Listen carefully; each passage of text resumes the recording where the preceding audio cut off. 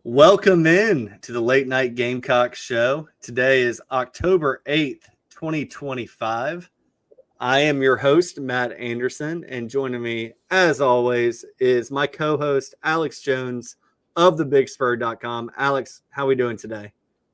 Doing good. It's after getting through that bye week. Now we got to get ready to get rough for another game. So it's looking forward to talking about LSU and then get into those best bets like always. Yeah. How did you spend your bye week? I haven't even asked you. Not so we didn't really have anything football wise to go to. We had some basketball stuff later in the week. Then Saturday I sat around and watched football all day. Ended up being a really good day of schedule of games, and that was a good day to have no game to be able to be at. Yeah, so we're going to talk all about this South Carolina football game this weekend. Alex, hey, by the way, are you going to the game this weekend? Yep, I'll be there. All right. So is this your first trip to LSU? Yeah, this will be my first time to LSU, and looking, when they were deciding on the schedule of the game, I was like, I know fans probably don't want it to be a night game, but I'm looking forward to seeing the night atmosphere at Death Valley. Yeah, that'd be awesome. So, on that note, I thought Alex told me he was going to LSU. Neither of us are going to be on Rooster Rant this upcoming Sunday night. Last I heard, it was going to be Phil, Mad Dog. He might have somebody else with him. And look, all that's subject to change because Alex and I are the ones that kind of plan our weekends around Rooster Rant. So there will be a show, but it won't be me and Alex. Alex will be en route back from LSU, and I will not be able to make it. I got a wedding I got to go to. So at least it's on a Sunday, Alex, and it's not on a Saturday. You know what I mean? If you got to go to a wedding. Yeah, especially a fall wedding. Yeah. Well, we got a lot to talk about tonight. We just mentioned the LSU game, 9.5 point underdog for South Carolina. Last I saw, over under at 43.5 points. So we'll hit the game down to 8.5 right now. Oh, it's down to 8.5. Yeah. Okay. Which I think I looked last night. It was 9.5, and now it's down to 8.5. And kind of to that point, we'll get that availability report here in about 5 minutes too. So yeah, it's about 5 minutes away from that. South Carolina and Miami mutually agreed to cancel the home and home that was set to begin next year. Alex, we'll talk about that in a moment. Sophomore tight end Michael Smith has left the Gamecock program mid-season. We'll have to hit on a little bit of that. The South Carolina men's basketball schedule came out. I love only seeing 2 to 3 games I looked at, I believe, that are tipping off after 7:30 p.m. Yeah. The older I get, those 9 p.m. tip-offs just completely wreck my next day. Especially in my case, working the game, like that, those 9 o'clock tip times, like it feels like pretty similar to these football games when you get out of the press box at 1:30 or so. Like I don't mind at all 7 o'clock basketball tip-off. Yeah, and Alex, I thought about that too, just being the fact where I was like, why do I like night games during football? Well, Sunday's the next day. It's not a work day.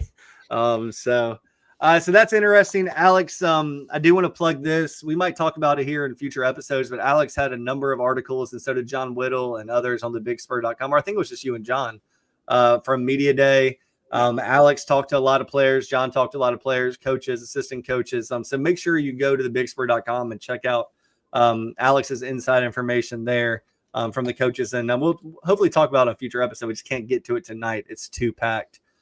South Carolina softball, Alex, I think picked up arguably the biggest recruit in program history. Yeah. We'll talk a little about that tonight. We'll dig into this matchup against LSU. We'll give our takes on the game, our keys to the game, our preview, all of that. We'll have Justin Lyles from Sports Cap Value come on the show in a little bit, and he'll talk a little bit about the betting market for that game, what to expect, other games he's tracking. You know the drill with Justin. And then to wrap up this show, Alex and I will give our best bets of the week. And this is a segment that you guys know I always look forward to, especially tonight. And that's all I'll say about that. But Alex, let's go ahead and get into the show. But before we do, let's roll that beautiful show intro. Gonna turn on the late night show. Hear what's going down in Cooltown.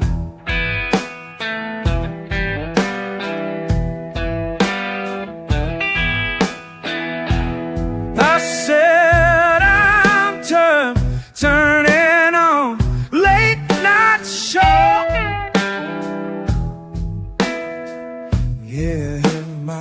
thoughts will let me down.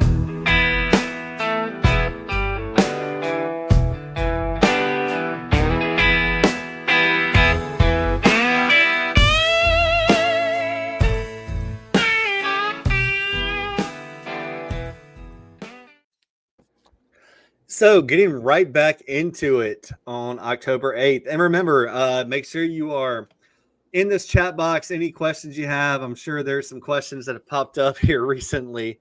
And we're hopefully going to hit on everything that has happened since Sunday night with the Gamecocks. But if there's something that's on your mind that's pressing, let us know. I guess we start at the beginning of the week to today, which feels like in Gamecock land 2 to 3 weeks of content. Well, not really content, but just news that lead to content, things we have to talk about. Alex, let's start with South Carolina and Miami canceling the home and home. I'll give you my take first because it's short and sweet. I don't like it. I wish they had kept it. For one, it's another marquee matchup at home. And I know the SEC is tough, but I don't think that any SEC program should be scared of a home and home with an ACC opponent, especially in this NIL and transfer era. And selfishly, it's a fun road trip to go on. I lived in Fort Lauderdale for a year before I came back to South Carolina. And I wouldn't stay in Miami. I mean, I didn't really like Miami, but I would have gone to Fort Lauderdale. So I'm sad for that. But Alex, your take on it and anything that Shane has said that you've been privy to? Yeah, wasn't surprised to see that news come out just because of with the 9-game conference schedule coming and with South Carolina already having Clemson on the schedule every year. Like, wasn't surprised. Like, I think you saw that one coming. Just a matter of when, not if, in that case. And I'm kind of, in your same thought too of, I would have liked to have seen it happen just because that's those types of games that you like, especially with the Miami game next year being first game of the season. Like, that would have been one of those marquee week 1 games that has people talking about South Carolina and all that leading up into the game. At the same time, though, I do understand why both teams really are canceling just because of what you've seen from playoff committee and things like that these past years, and then also with the 9-game conference schedule, it just made sense that it had to happen. Didn't like it, but it makes sense. Yeah, and I think that good on South Carolina for getting out of it without owing anything. I never thought it was going to get to that, but I do know that a number of people were worried about what South Carolina's buyout would be. I think it was about $3 million that they wanted to get out of the game. So look, maybe the Gamecocks get a chance to face Miami in a bowl game, maybe in a college football playoff coming up, maybe even this year. A long shot. I'm joking, guys, but it would be nice. It'd be really fun for me and Alex to cover. They need to just go on a 10-game win streak. Well, I guess 9 more games. Is that right? Something like that. No. My math's 7. Yeah, they got to win 7 more. Yeah. All right. Whatever. My math's crazy. Okay. Then you got Michael Smith, Alex. Michael Smith, a decorated 4-star tight end out of Savannah, Georgia. I can tell you that was a tense recruitment, even though he had an early commitment to South Carolina. He stuck with them. We saw flashes of Michael Smith last year, Alex. I personally, in my bold prediction for this season, one of my bold predictions was Michael Smith would be all SEC. So you already know my opinions on the talent of Michael Smith and the ability of Michael Smith, but I don't like how it went down.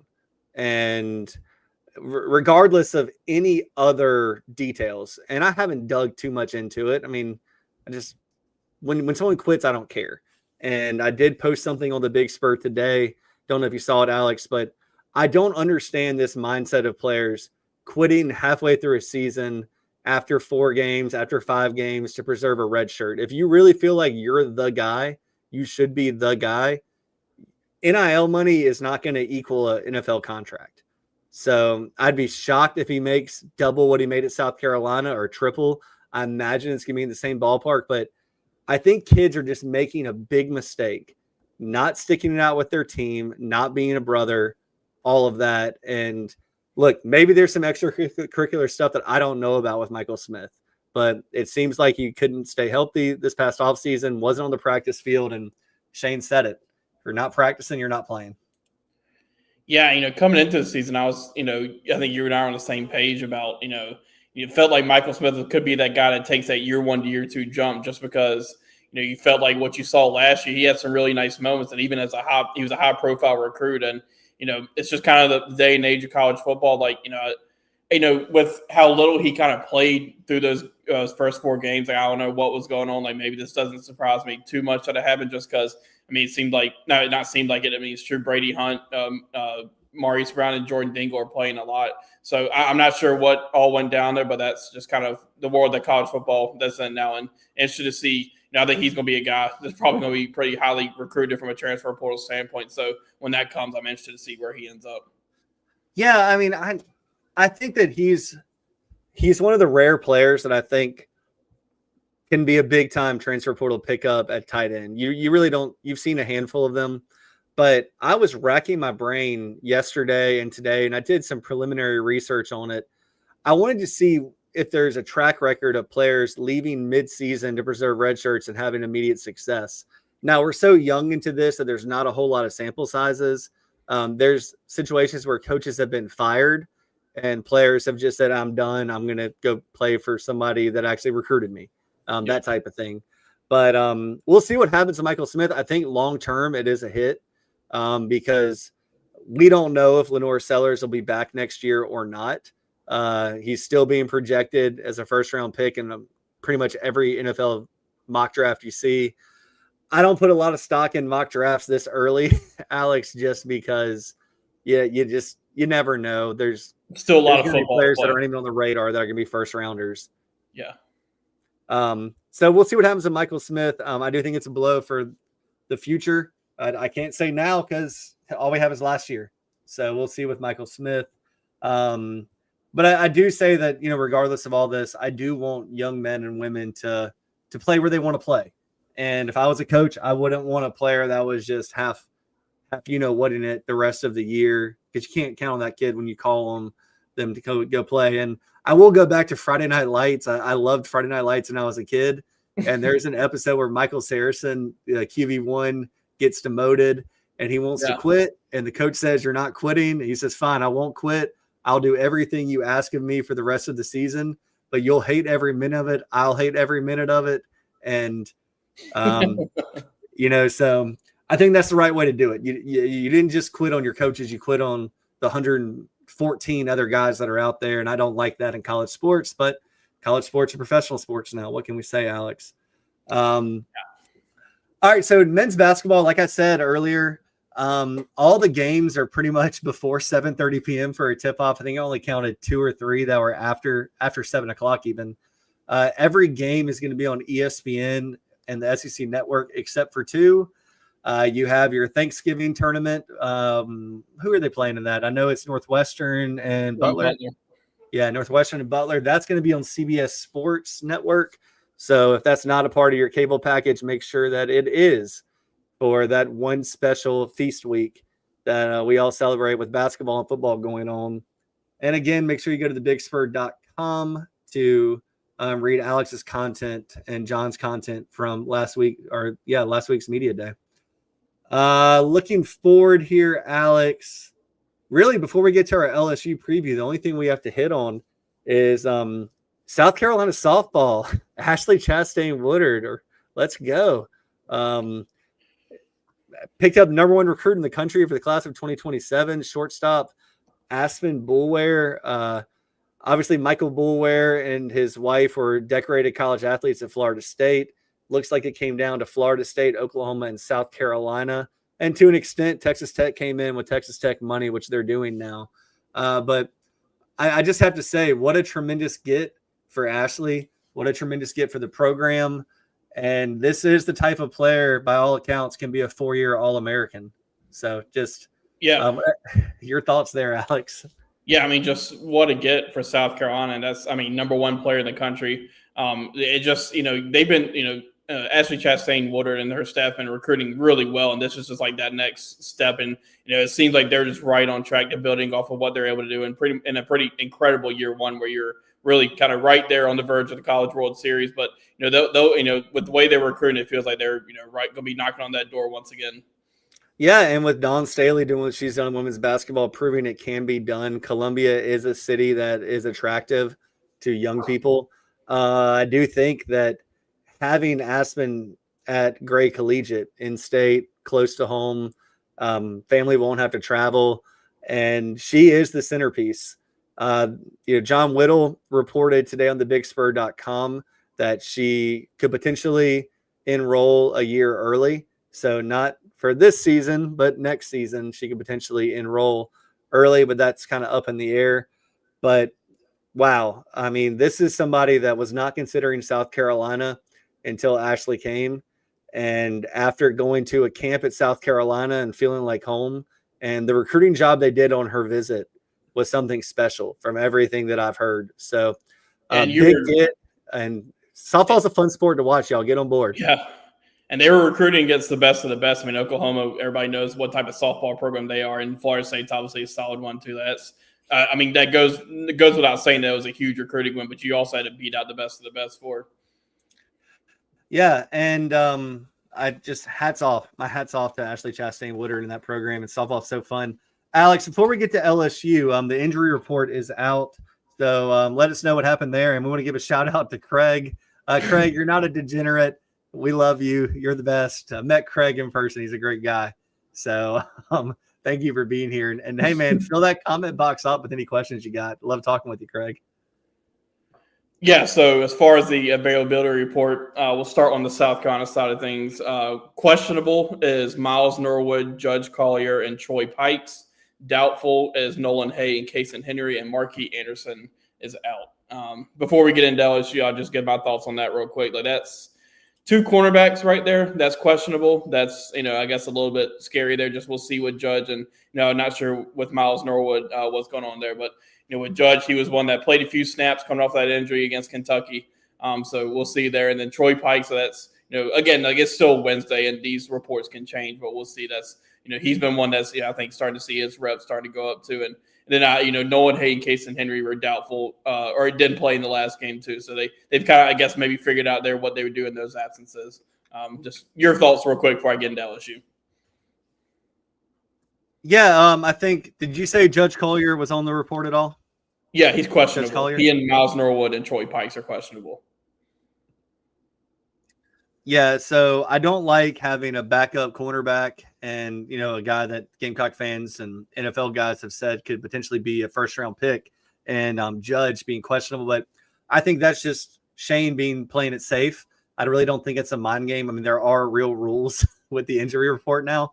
But don't like seeing Kason Henry listed as doubtful, or Marquis Anderson listed as out. Nolan Hay, again, doubtful. Offensive line is the scary part for me, Alex, and we'll talk about that with this LSU game coming up. But, go ahead to LSU's injury report real quick, Alex. Yeah, so probable for LSU, we got Ahmad Bro, defensive tackle, and Caden Durham, who's their top running back, a really, really good running back. He's probable. I guess this one's kind of a big one. Questionable is Aaron Anderson, he's one of their top wide receivers, and right now he's listed as questionable. Doubtful is Paul Mubenga, offensive lineman, and then out is Gabriel Railford, who's a defensive end. So obviously, I think people are probably going to want to see if Garrett Nussmeier was going to be on there. He's not on there, so obviously he's good to go. Not that anybody expected he wasn't going to play in this game, but Aaron Anderson's the one that's interested in there. Yeah, I don't disagree at all. Craig's right. We need Judge, like I mentioned earlier. Moving on to this LSU game, Alex, like you mentioned, it's an 8.5-point spread now. Last I looked at the over-under was 43.5. Alex and I said this on Rooster Rant, I guess, a week and a half ago, Alex, that we expected a low-scoring game. This Vegas over-under total is pretty much in lockstep with us. The line has moved as much as 3 points on some books, because it was 11.5, I believe, when we first started talking about it, Alex, or maybe 11, 10.5, whatever it was. But I think it opened pretty much 10.5 everywhere. Yeah, 10.5. So that's a 2-point change. Look, we know that any team that goes into Death Valley for a 7:45 kickoff is in for it. But one of the things that I've been looking at, Alex, when we talk about this particular game and this particular LSU Tigers team, if you just look off the cuff, it seems like the defense is really, really strong, and it seems like the offense might be in a work in progress or a limited Garrett Nussmeier. So what I did, Alex, is I wanted to look and see, what Garrett's looked like this year. So I threw out all of the non SEC and ACC teams because at this point in the season, who knows? But if you look at their schedule against teams that should be really, really good competition, let's not kid ourselves. While I don't know if Clemson and Ole Miss are in that blue blood category yet, Florida definitely is. So they went on the road to Clemson, on the road to Florida, had Ole Miss at home. They have won 2 of those 3 games. They scored 17 points against Clemson. They scored 20 points against Florida and 19 against Ole Miss. So if South Carolina has to face an opponent that can't put up a lot of points or hasn't proved to so far, it's the right recipe for a road game. So, Alex, just looking at Nussmeier's numbers, and then we'll move throughout the rest of the team. Against Clemson, 29 of 39 for 248, 74.4% completion rate, and 6.4 yards per attempt. That's probably as healthy as Garrett Nussmeier has been this entire season. And say what you want about Clemson since that game, Alex, but they haven't looked good. But that was the game where they were still ranked just as high as LSU. It was a Death Valley, well, the fake Death Valley, if you want to talk about LSU Clemson right now. But then you look at Florida, and that completion percentage dropped to 55.6%, 15 of 27 passing, 220 yards, and 8.1 yards per attempt.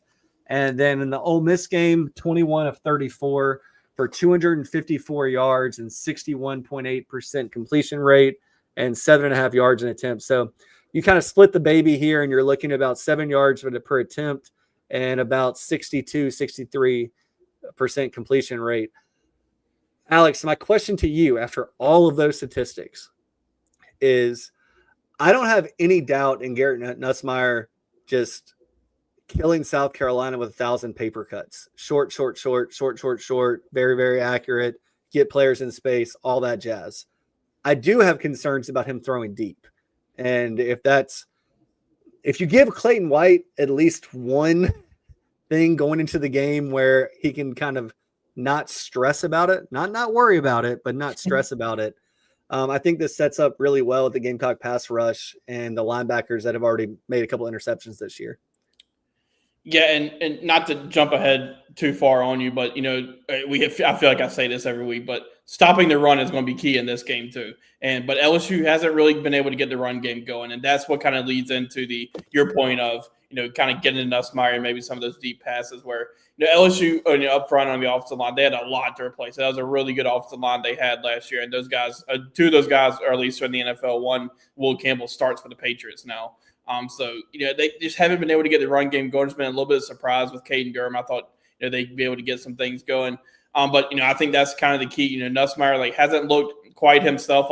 Could it be that having the bye week this past week allowed him to kind of get past some of the whatever, if there's an injury there, any type of injury, does that bye week help him get past that? So we'll see. But you kind of do like some things potentially for South Carolina that they can be able to do if they can stop the run, which, again, it feels like you can say that every week with this team, but it's going to be really key this week to kind of get in those same types of things that we talked about with Kentucky and getting after Cutter Bully in that game.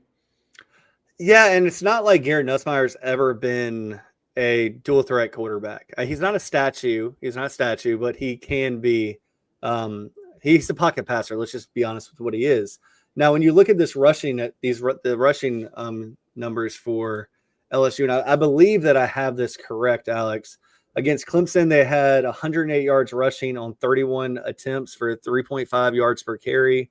Against Florida, 96 rushing yards, 25 attempts, so 3.8 yards per carry. And then against Ole Miss, 57 rushing yards on 22 attempts for 2.6 yards per carry. So, again, these numbers look pretty daggum similar to South Carolina so far if you're just looking at offense versus offense. But we know this game is offense versus defense, Alex. So I'm going to give you those numbers real quick as well.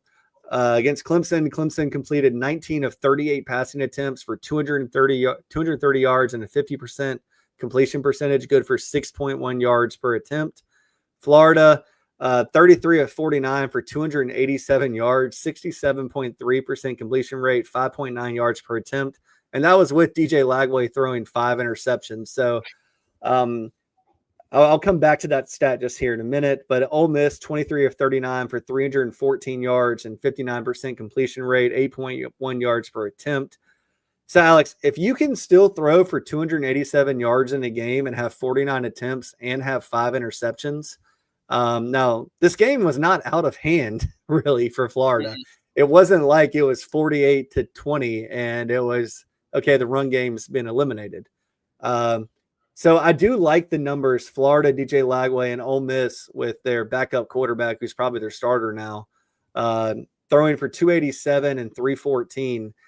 I don't think that this is going to be a game the Gamecocks can just pound the rock with the running backs, and I'll tell you why.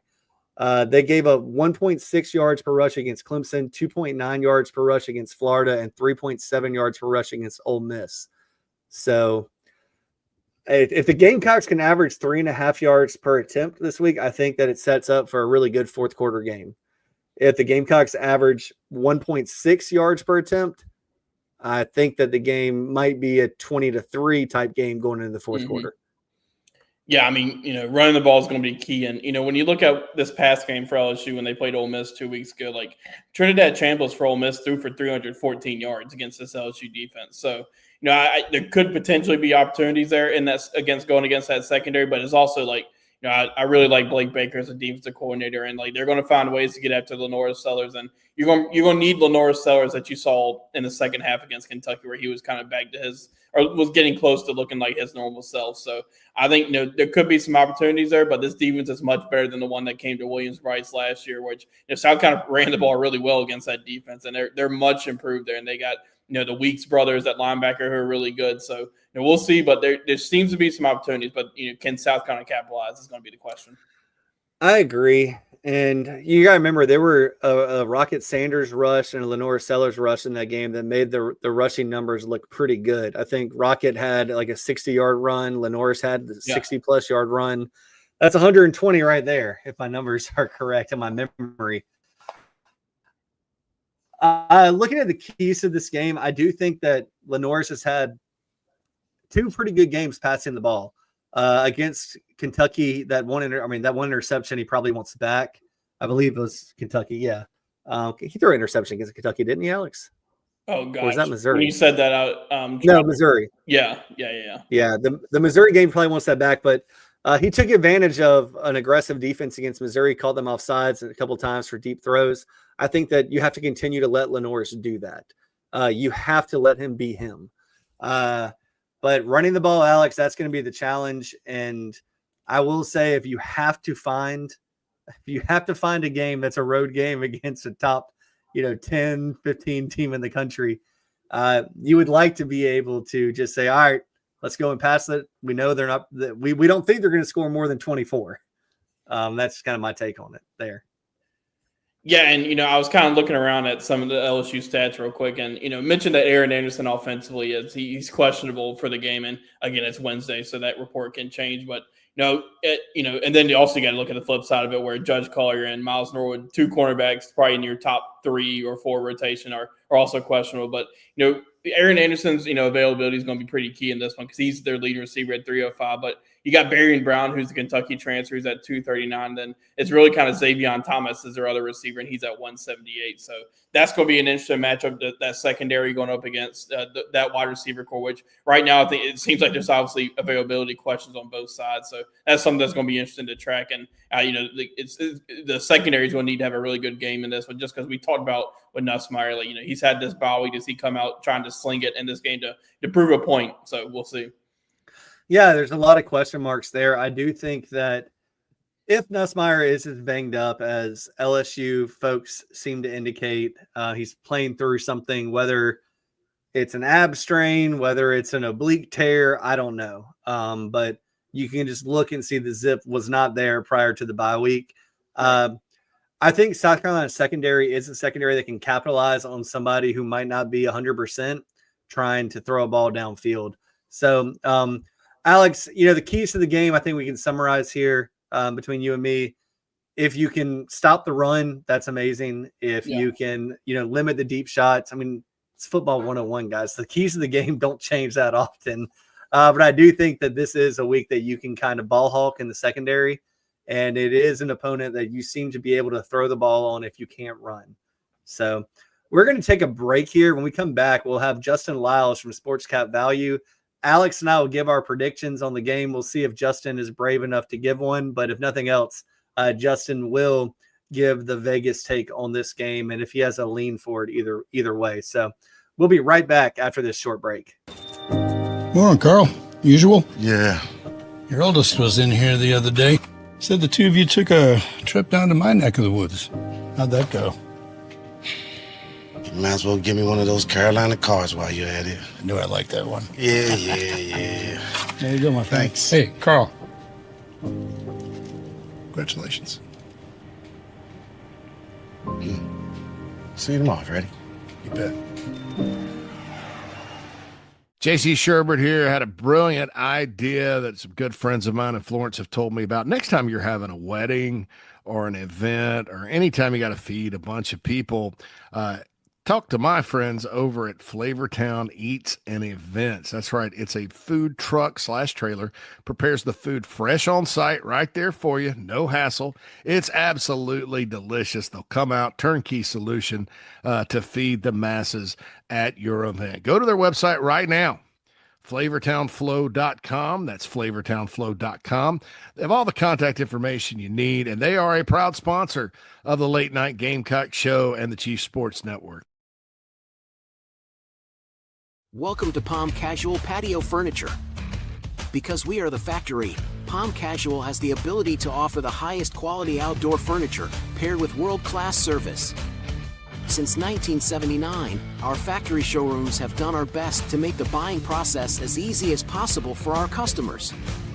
Our understanding of the many factors that go into your decision has helped us create our 30-day trial period that increases the level of comfort our customers feel during the shopping experience.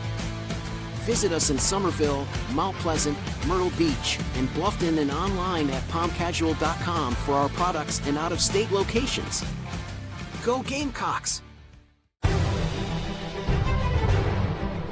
This is the Late Night Gamecock Show with the pride of Hampton County, Alex Jones. And with the king of late night, Matt Anderson. Go Gamecocks!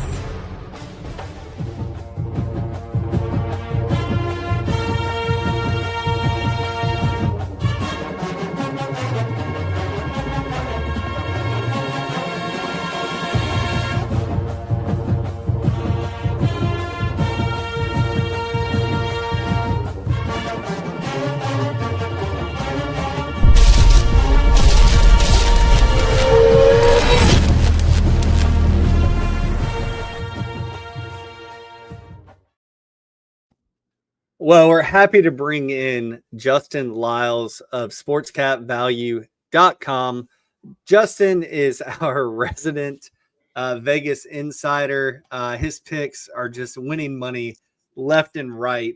So before we get there, we were talking about keys to the game a moment ago, Justin. So if you're just catching up with us, Craig, who is an astute football fanatic, and he watches film and he picks up on things, and I really appreciate him. He said Will Weeks bites hard on play action every time, so I would run at least half of the plays of play action to put him in conflict. Absolutely. If you can attack an aggressive defense with a dual threat quarterback like Lenore Sellers, who you have to make a decision as a linebacker. And Lenore has shown that these tight end screens, these running back screens, he can hit them. So we will send this to Mike Shula, Craig. I hope that he is paying attention, and we'll go from there. But Justin, some of the keys that we gave, and look, you can make keys to the game that are all pretty much football 101, right? Stop the run, establish the run, be opportunistic on defense, force turnovers, capitalize in the red zone, make your field goals, don't commit stupid penalties on special teams and offensive line, yada, yada, yada. But one thing that I did bring up, and I want to get your take on it, any other keys that you see for South Carolina this week, if Garrett Nussmeier is as banged up as seems to be the case from LSU folks, from SEC folks, we're hearing the same thing. It is an opportunity for a kid that might want to sling it and take a shot deep for a ball hawking secondary to force a turnover. But that's my big key. I think that's my prediction. That'll happen at some point this game. But Justin, I want to get your take on it. Yeah, I mean, whether Gus Meyer plays or not, I think Brian Kelly is as good as it comes, as far as offensive scheming, whether it's a backup quarterback or whoever. I think he, especially with another week to prepare, they were off on a bye week as well. So it's kind of unfortunate that both teams are coming off a bye, not just South Carolina. So I expect all facets of the game, defense, offense, special teams, to really be tight. And, I'm really expecting a close game. But as far as Nussmeier, I mean, he's a good quarterback. Probably not having the best year to start, but I expect him to play. And if he doesn't, then I expect whoever steps in is going to give us, it's going to be a tough task for South Carolina defense. Yeah, and South Carolina has a long history of making backup quarterbacks look like Heisman Trophy winners their first game. But I think Kyler Murray actually did win the Heisman that year, so he got that one honest. That's right. But, Justin, looking specifically at the South Carolina game, and we always like to get your take on it from a betting aspect. I'm looking at ESPN.com right now. The spread is 9.5, over under 43.5. Alex saw on DraftKings an 8.5 number. For me, I think that number's a tad high. I think it's a tad inflated based on South Carolina's first 4 games of the season and LSU being LSU. And sometimes that name matters a lot. But I don't know if it's a game that I feel 100% confident I know the outcome. It's a low over-under. It's 9.5, ESPN 8.5. What's your take on that line? Yeah, I mean, like you said, it came out at 9.5, and I'm looking at it right now. It is down to 8.5, and then the current total is 44.5. I'm really liking the under here. I think this is going to be a 23-20, maybe a 23-17 type ordeal, one way or the other, around 40 points, maybe 43. And if I had to pick, I'm kind of leaning towards South Carolina with the points. I think we'll play well. We'll see if it'll be enough to win the game. And obviously, this is arguably one of the toughest environments to play. And not only are we playing in LSU, but we're playing at night at 7:45. So it's going to be an extreme, difficult challenge for the Gamecocks. Yeah. So, Alex, as we see this game lead up, and I want to get your take on it first, and I want to get Justin's take. Do you think you'll see line movement here, Alex? The line's already dropped. It's early in the week. Do we think we're going to see line movement either way, point spread, over, under, or you think it's pretty locked in? It feels like it's pretty locked in. Maybe it bounces from that 8.5 to 9.5. Maybe it gets a 7.5, but I would feel like it's probably going to stay in this range right here based on, the availability report. Like there's nothing huge there. Obviously, Caden Durham and Aaron Anderson are really good players for LSU, but we'll see what their statuses are. But I feel like it's probably going to stick around this range. Yeah, I agree for sure. I could see maybe it going up to 9 or so, maybe 10 max, right before kickoff, which would be great if you're taking the Gamecocks. But it's going to hold steady, I think, here. Yeah, that was my take on it. I think that as the week progresses, I think some sharp money came in on South Carolina. I'll be honest. I think that was early sharp money. I don't think they had the availability report before we did, but you never know. You never know with Vegas and the way things change and who they're talking to. I will say, if you like South Carolina, I think it might touch 10. I really do. So you'd rather have 10 than 9.5, just for football reasons. 7-3. That's right. It's 10. A late field goal could win the game for you either way, whichever side of you bet on it. But Justin, real quick, I want to hear about how you did last week. Any games you want to highlight? And it doesn't have to be college football. Remember, Justin covers all sports on Sports Cap Value. Yeah, so I'm looking at last week, went 7-4-1, just over 3 units. And that one push was the Clemson, North Carolina over, where that was going to hit by halftime, and then they decided to score like 3 points in the second half. So I pushed on the over there, or it would have been a really good weekend, but needless to say, over 3 units. And then I went 6-2 again in the NFL, back-to-back weeks. So off to a good run in the NFL with just over almost 4 units with that. Yeah. So, if you're betting $1, you're betting, 500. It can pay off. We always remember we gamble responsibly on this show, and we encourage our viewers to do that as well.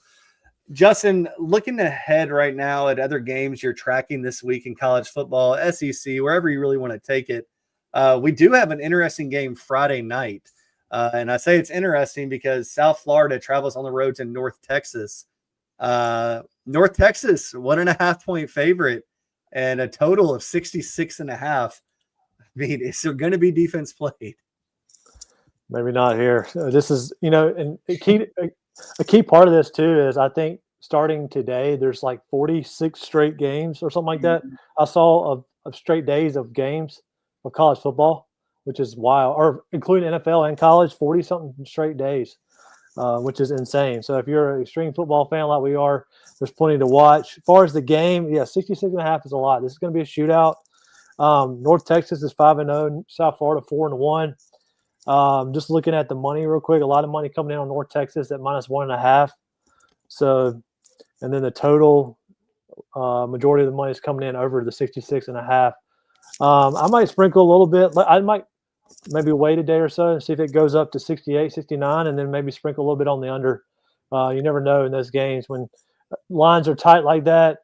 You get towards that second half, and those teams somehow find the defensive playbook somehow, and that number starts to tickle down. So look for that. That's my input on that one.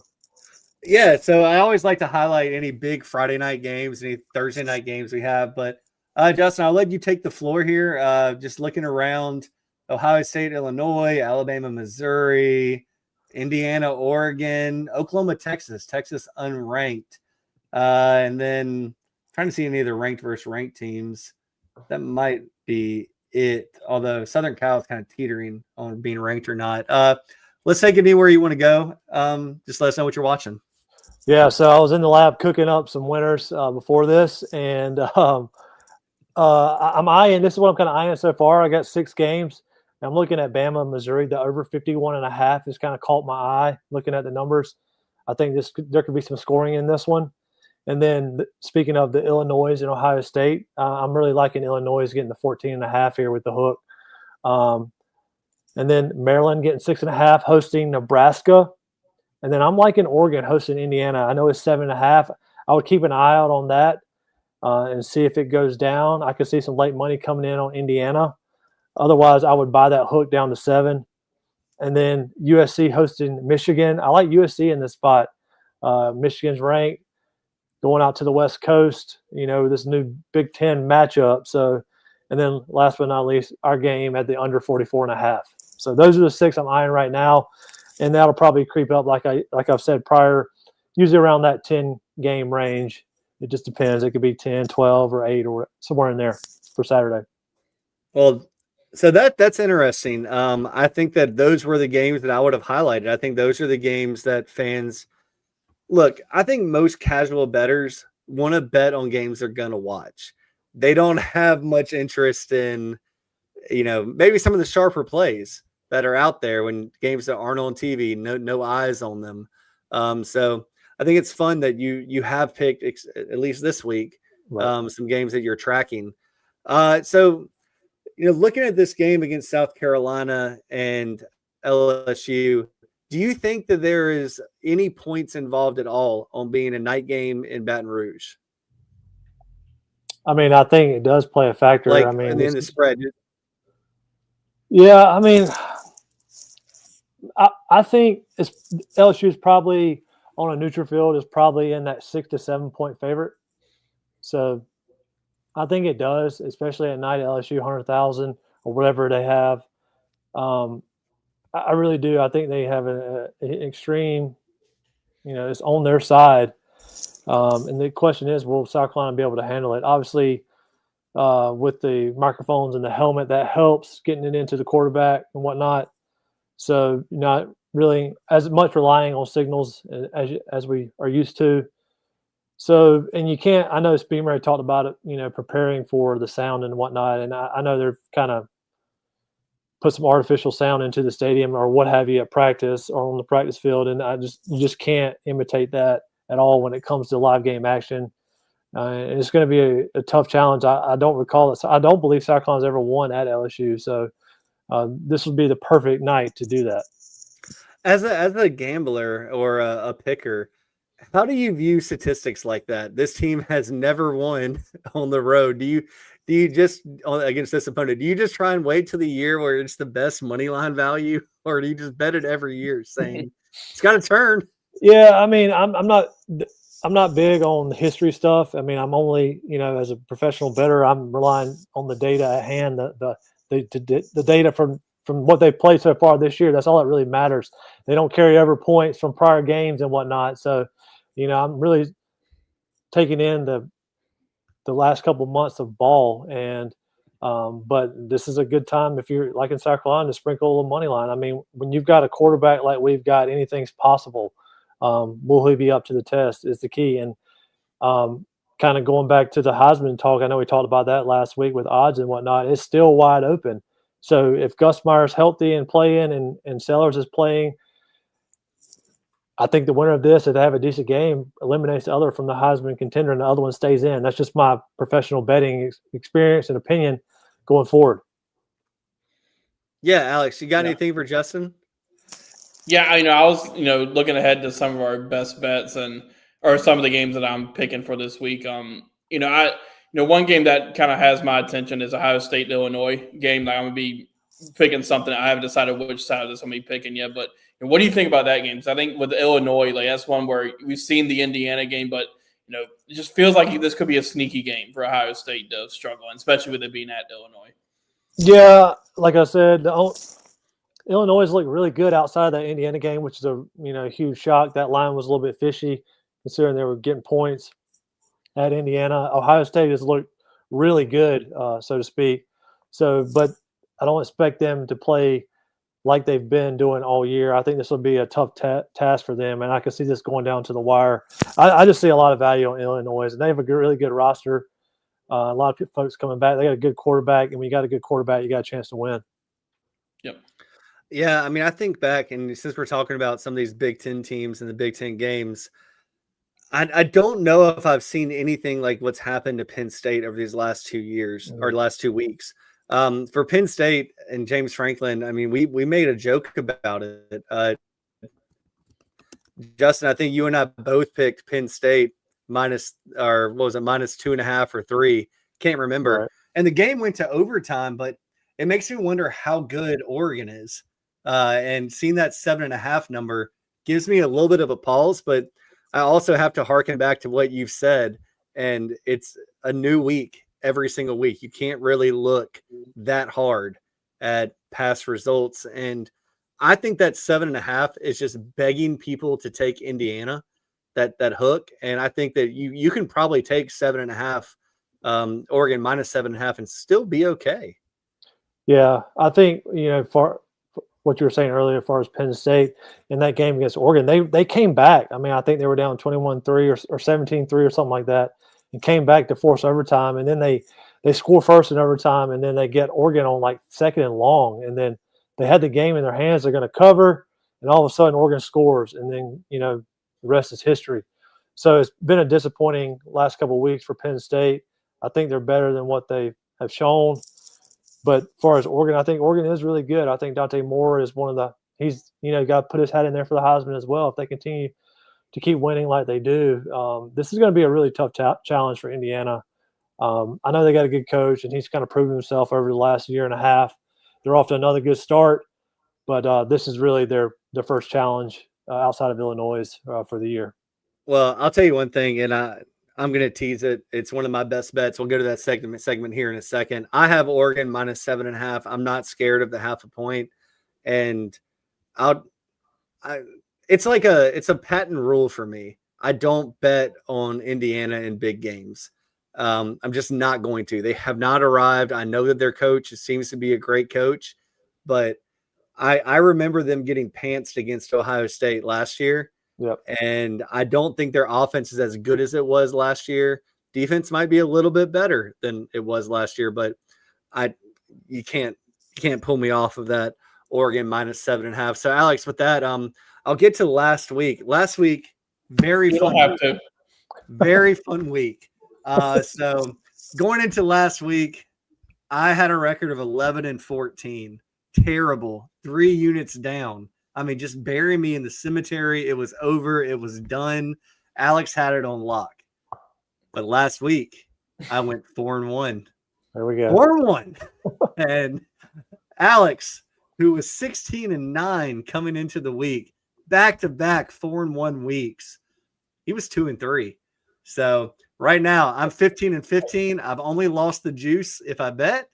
Alex, you are 18-12. You're still up 6 units, but you're only up 3 units on me. Hey, everyone has a bad week. I went back. I watched the film. I'm ready to respond. There we go. There we go. I like it, Alex. All right, Alex, I got Oregon minus 7.5 as my first pick. What do you got for the folks watching right now? All right, so my first one, Florida State is a 10.5-point favorite at Pitt or against Pitt at home. I'm going them Florida State covering that game. I think they respond against after falling to Miami and Pittsburgh. Yeah, I don't know what to think Florida about State, them. Florida State minus 10.5. Yeah, Florida State 10.5. Yep. I like All it. right. I like for them to respond here for. Yeah, it's a good spot for Florida State, I think. Yeah. Look, I watched that, so my wife went to Florida State, grad school, all that. I have to watch every Florida State game when the Gamecocks aren't playing. I'll be honest, Florida State has a soft spot in my heart now, not just because of my wife, but also because they got screwed a couple years ago when their quarterback got hurt. If it was anybody else, they would have been in the playoffs. They still would have got pants. It's not a big deal. But they had a really bad year last year, and getting to know some Florida State fans, they're kind of like Gamecock fans. They're just waiting for that next year because they just know they're right around the hump, and it's been a long time since Jameis Winston walked through those doors. So, Alex, I agree with you. I have FSU minus 7.5 as well, which really stinks because that means that barring something miraculous happening, and I get a win for minus 10.5 and you get a loss. I can't make up ground on that game this week. So just to recap, I have Oregon minus 7.5. I think Justin probably likes it. He'd probably buy the hook if I'm reading you right. Yeah, I'm not a big fan of buying the hook, but if you're holding my face to the ground, I'm definitely buying the hook there. All right, so I have it 7.5. I'm not going to buy the hook because I just don't believe in Indiana. I'll be proven wrong next week. It'll be a 3-point win for Oregon or a 3-point loss. Alex and I both agree on FSU minus 10.5. So, Alex, it's your turn again, my friend. Where are you going? So this is one that I was going to take the spread on, but I switched it up. I'm going to go UCLA and Michigan State. It is 55, or actually it got 54.5 right now. I'm going to go over in this one. UCLA, we saw what they did last week. I'm not sure I'm buying too much into that, but they put up some points, so maybe they can do it. And Michigan State hadn't really stopped anybody this year defensively. They put up a ton, and they've had other teams put up a ton of points. So I'm going to go, they cover this 54.5 total. Yep, I'm with you on this. Oh, yeah. I'm 2-0. There you go. Hey, and look, I do want to say, Justin's not just saying this to get in our good graces. Look, Alex is 4-1 back-to-back weeks, had a down week, only lost a unit. He's still up significantly the past 2 weeks, and Justin has agreed with a lot of his picks. So remember that. I guess I'll go next. Alex, I don't know if we're going to have any more overlap here, but I have Alabama minus 3.5 against Missouri. I got to see Missouri play somebody. South Carolina kept it to a 9-point game, had opportunities to win that. I think that Alabama has played a much tougher schedule thus far. They just went on the road, but they just beat Vanderbilt. And look, I think that Justin had a good point with the over in this game because outside of some turnovers by Diego Pavia, Vanderbilt was able to move the ball. So I do think that this game has a good opportunity to go on the over. I think there's going to be some points scored, but I think Alabama wins by at least 4. Could be a last couple minutes of the game touchdown like they had this past week against Vanderbilt to cover that spread, which a lot of my friends in my group chat were very, very excited with Alabama scoring on 4th and 1 to get that game comfortably for a Bama cover. So, Alex, I'm going Bama minus 3.5. This is a game I might buy the hook on just to make sure I push. All right, so I actually have this game too, but with the point spread or the total, 51.5 is what I had it at. I'm going under in this one. Oh, we disagree. Oh. Yeah. All right, Justin, you got all ways to analyze this one. Yeah, I really like Alabama with the points. Getting back to what you were saying, Matt. Alabama's starting to come to form. I think DeBoer and them are starting to really find it after that first week loss. I think they're starting to be a team I think they're the second odds now to win the national title. Impressive win against Georgia and then beating Vanderbilt with that last minute or so touchdown to cover, which was nice to see. I like Alabama in this spot too. I just think it's just on paper, they're just a better team, and I expect them to come out and win. And I almost put this on my bets as I was looking at it for Alabama at -3. As far as the total, yes, Alex, unfortunately, I'm going to have to go against you here. I expect some points. I think Eli will be able to draw up a few touchdowns here and there. And but at the end of the day, I think Bama's just too strong here. Yeah, my prediction right now is like a 38-31 game. I don't think Alabama's been the defensive juggernaut they were under Nick Saban for a lot of those years on their big run. And honestly, I don't think college football lends itself to defensive juggernauts anymore. I think that the game's just too spread out, too many athletes, quick decisions. And look, the defense doesn't always know what's coming unless you're a South Carolina offense, as Lenore said, against Missouri. So, Alex, maybe you're right. Maybe Missouri is going to know what's coming against Alabama, and it's going to be a low-scoring game. But I like the gusto there because you knew that you were betting against Justin, and you still stuck to your guns. It almost made me rethink it, but I'm going to stick with it.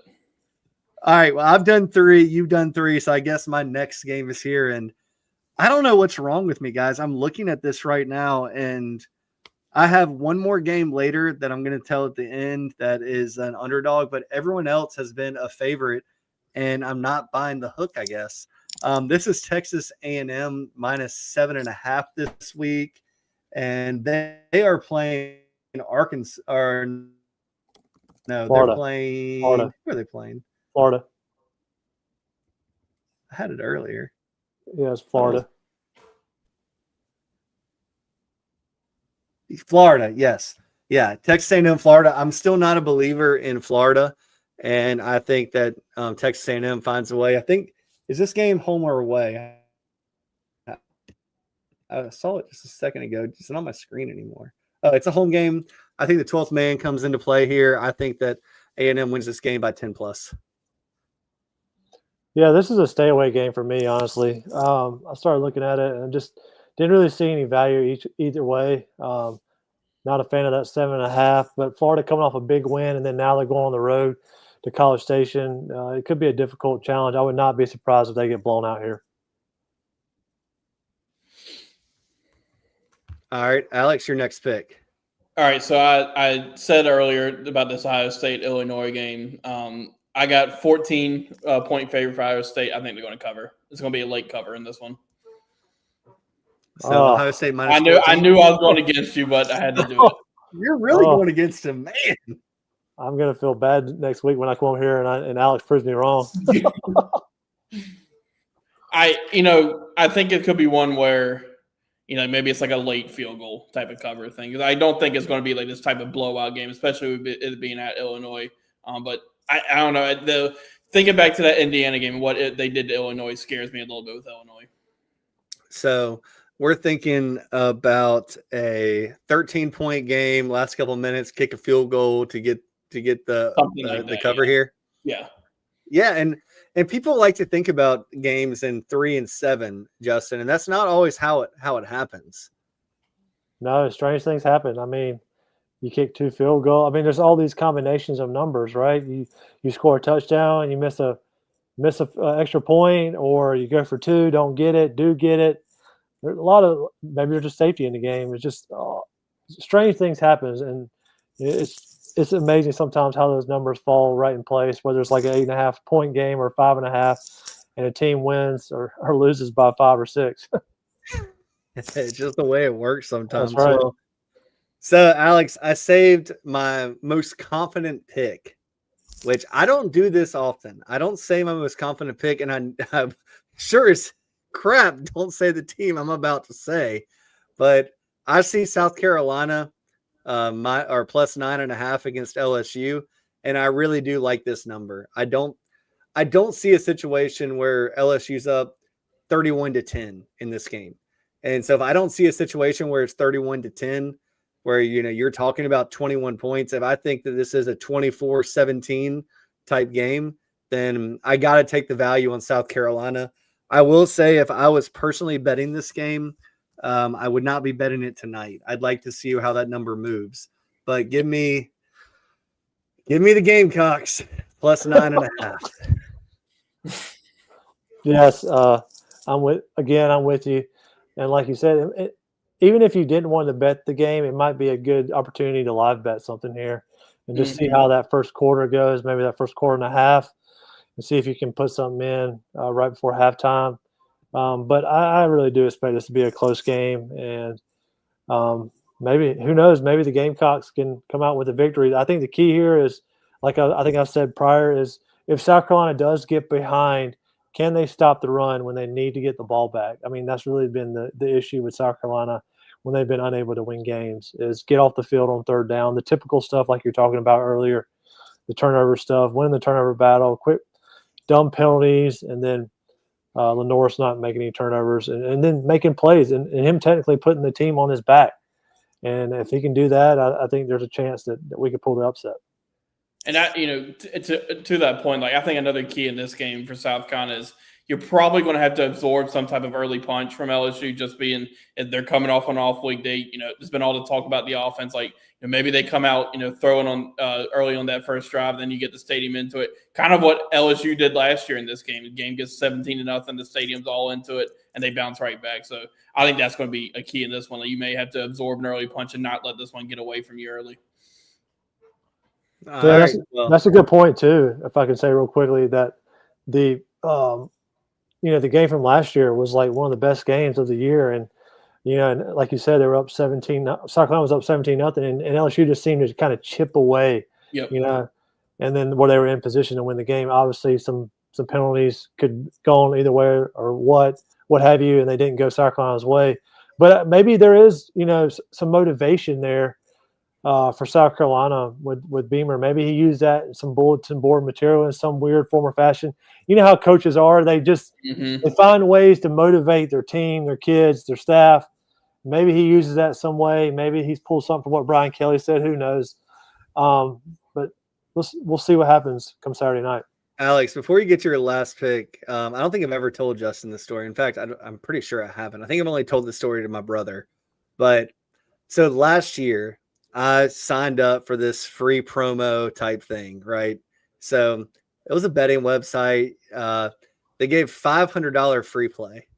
Okay. And I did it right before the LSU game. And I was sitting there in the stadium watching this game. And it was before Lenore's got hurt, 17-0, right? I said, you know what? It's free money. If South Carolina loses, I should just do it was like plus like Justin, I think it was like plus 545 or something for LSU money line. But I was like, you know what? This is a different South Carolina team. Like they're up 17-0. So, LSU came back, right? 17-14. I said, look, I still got this free play here. It's plus 235 for LSU. I said, I should do it now. Yeah. Didn't do it. Spent the entire way home thinking about how I could have had $1,000 in my pocket for Christmas. And I could have had more than that. I could have had way more. So ifs and buts for candies and nuts. You know what I mean? That's right. Yeah, you can't look back on it. It is what it is. Sellers going out before the half was obviously the difference in that game. I have no doubt that South Carolina wins that game if he plays second half, because he was pretty much unstoppable. Yeah. So Alex, with all that being said, my sob story. What's your last pick this week? My last pick is Nebraska and Maryland. Nebraska is 6.5 right now, point favorite. I think they're going to cover.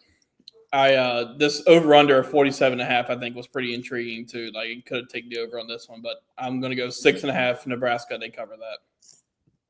Alex, what is it with you taking these favorites on the road, buddy? I'm going more bold this week. Yeah, you are. You are. Hey, you might be right, but I like Maryland in this spot, getting the points at home. So something's got to give this week. So for the viewers and the listeners, something's got to give going into next week. Well, I'm actually really excited because I will not be here next week either on Wednesday. Got to go out of town for work, but I will be watching because I'll be doing nothing that night. I'll actually, what will I be? So that day I'll actually be driving home. So I'll be driving home that day. So I'll put it on I'll listen to it in my headphones. I would love to hear y'all's banter next week because someone's gonna look really good. I don't know. I got a feeling it's not going to be me that's looking good. Well, we'll see. Again, look, you can find Justin at sportscapvalue.com. And I say this very honestly, Justin, I've known you a long time. Regardless of that, your record speaks for itself. And Justin's not the kind of guy that's going to go promote himself all over the place. He's not going to be on Twitter saying, here are my picks, here's my Instagram picks, TikTok, whatever. He's the guy that's just going to say, hey, if you want it, $30, $35 a month. Here are the picks. He gives you picks every day. Justin, before I let you get out of here, I do have a couple, two, not really questions, but I guess they're questions. Do you have a World Series champion right now, favorite? MLB playoffs is going on, and give the listeners a little taste of the NFL because you're on fire there, my friend. Yeah. Far as MLB, Seattle did lose today, but I really like them. If they can get past Detroit, I like them as kind of I don't know if you would say a dark horse. I just think their staff is really good. I think their lineup is very, very explosive. But Detroit did win today, so the series is tied 2-2. So it's going to Game 5, winner take all. If they can get past them, then I like them. And then I like Toronto. So one of those, I think one of those two could get it done this year. And then, far as what were you asking me? What was the second part? NFL. If you just got a game you're watching, you don't have to give much more than that. But yeah, I mean, I haven't looked. I was kind of surprised that Carolina bounced back last week against Miami. They were down 17-0 and came back. Obviously, being around the Carolinas, that's the team I pull for. They've been terrible for a while. Looking early at the lines, Baltimore's kind of struggling with Lamar out. Rattler got his first win last week against the Giants. But if I had a game to go with, I'm kind of liking Tampa. -3 against San Francisco at home. I think they're pretty good this year, and I would not be surprised if Tampa went all the way to win the Super Bowl. I'm right there with you. I think that Baker is a pretty good MVP bet right now, just for value. I know he cannot be. Is he top 5? Do you know, Justin, off the top of your head? I don't want to put you on the spot. For MVP. Baker. Hold on. Let me pull it up real quick. I got my stuff here. Let's see here. NFLP. He is. Yeah, he's third right now at odds. Yeah, plus 824. So, maybe not. I was thinking he'd be in the 10,000s. I didn't think he'd be plus 844. But hey, maybe it just means I'm smart. Yeah, and it varies. I mean, I just think as far as what he's doing and what Tampa's doing, I think they're starting to click, and they've got that rookie receiver out of, I think it's Ohio State, that's on their squad that's getting a lot of touches besides Evans. Another game real quick that I want to mention is Detroit goes to Kansas City. Kansas City coming off a tough loss against Jacksonville on Monday night, which is a really good game. I was fortunate enough to be on Jacksonville plus 3.5.